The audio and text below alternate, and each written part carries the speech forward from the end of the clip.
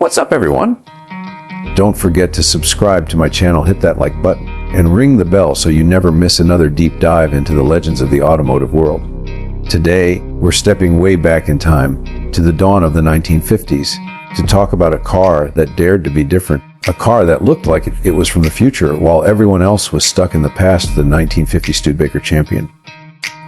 Now, before we even get into the design, the specs, and the story behind it, take a moment to imagine what the world was like in 1950. World War II had been over for just 5 years. The United States was booming. People were buying homes, starting families, and the car industry was exploding with optimism.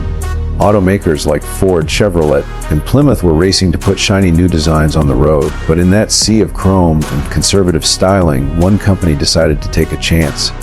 A bold, almost risky leap forward. That company was Studebaker, and their car, the Champion, became a symbol of post-war innovation.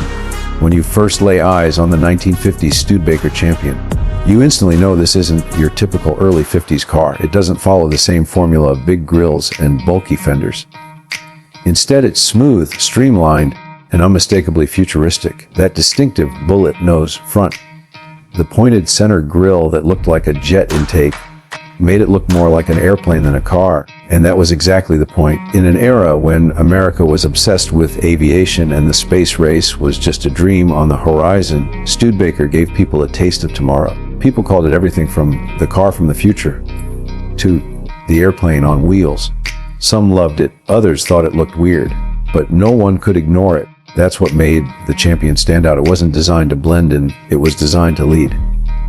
The story of how it came to be is just as fascinating as the car itself. After World War II, Studebaker had an advantage. Unlike the big three automakers, they were quicker to transition back to civilian car production. They released their first post-war design in 1947, a full 2 years before Ford or Chevrolet had new designs ready.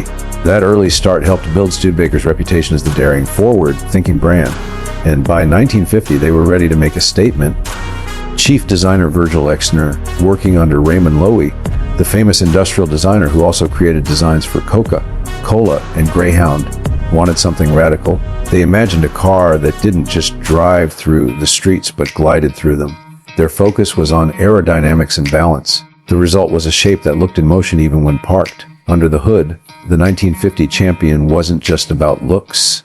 It came with a reliable 169.6 cubic inch inline six engine producing about 85 horsepower. Now that doesn't sound like much by today's standards, but back then it was a perfect match for its lightweight body.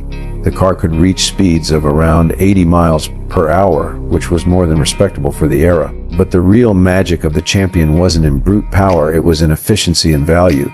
The name Champion actually came from its purpose, to be the people's champion, the everyday car that looked high-end but was affordable to own and maintain. It delivered over 25 miles per gallon, an impressive figure for the time, and its durable build meant it could handle America's growing network of highways with ease.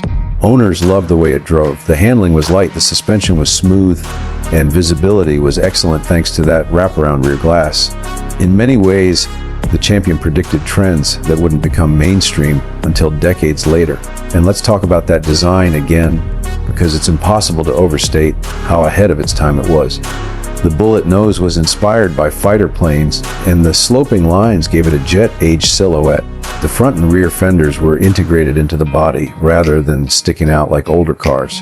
The result was a sleek, flowing look that would influence car design for years to come.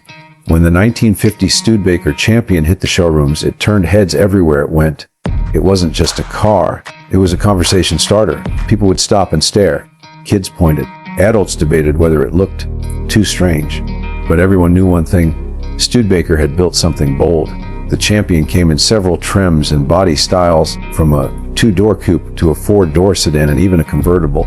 Each had its own flair, but they all shared that unmistakable front end. The top trim levels featured chrome accents, 2-tone paint options, and beautifully detailed interiors with full instrumentation. Studebaker even offered overdrive transmission as an option, giving it excellent highway cruising ability. But here's where the story takes an emotional turn. Despite all its innovation and the praise it received for design, Studebaker was fighting an uphill battle, competing against the big three automakers.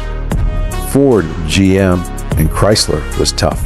Those companies had larger budgets, more factories, and deeper distribution networks. Studebaker, as an independent automaker, relied on standing out to survive. For a few golden years, the Champion helped them do just that. It sold well, earning a reputation for reliability and flair, but by the mid-1950s, rising costs and aggressive competition began to squeeze the company. Eventually, Studebaker merged with Packard, and though they produced some interesting cars after that, the magic of those early post-war years began to fade. Today, the 1950 Studebaker Champion has become a collector's dream, not because it's the fastest or rarest car of the era, but because it represents something much more meaningful: American creativity and courage. It's a reminder of a time when a small company dared to take risks and shape the future of automotive design. Restored Champions today can fetch anywhere from $20,000 to over to $50,000, depending on condition and originality. But to true enthusiasts, the value isn't measured in dollars. It's measured in the way the car makes people feel. That mix of nostalgia, admiration, and respect for innovation. Drive one today and it still feels unique. That long hood, that sculpted nose, the soft purr of a straight six engine. It's like stepping into a time capsule. You can almost hear the swing music, feel the optimism of the early 1950s, and imagine the excitement of seeing this car pull up in a world still used to pre-war designs. The Studebaker Champion wasn't perfect. It had quirks, sure. But it had something that so many cars of its time lacked: soul. It had personality, vision, and daring. And that's why it continues to capture the hearts of collectors and dreamers all over the world. So if you ever get the chance to see a 1950 Studebaker Champion up close, take a moment to really appreciate it. The curves, the chrome, the craftsmanship. It's a piece of history built by people who believed that cars could be more than transportation. They could be inspiration. That's all for today's video, my friends. I hope you enjoyed this deep dive into one of America's most striking and underrated classics, the 1950 Studebaker Champion. If you did, smash that like button, drop a comment below telling me what classic car you'd love me to cover next. And of course, subscribe to my channel for more stories, more history, and more passion from the golden age of automobiles. Until next time, drive safe, dream big, and keep your wheels turning.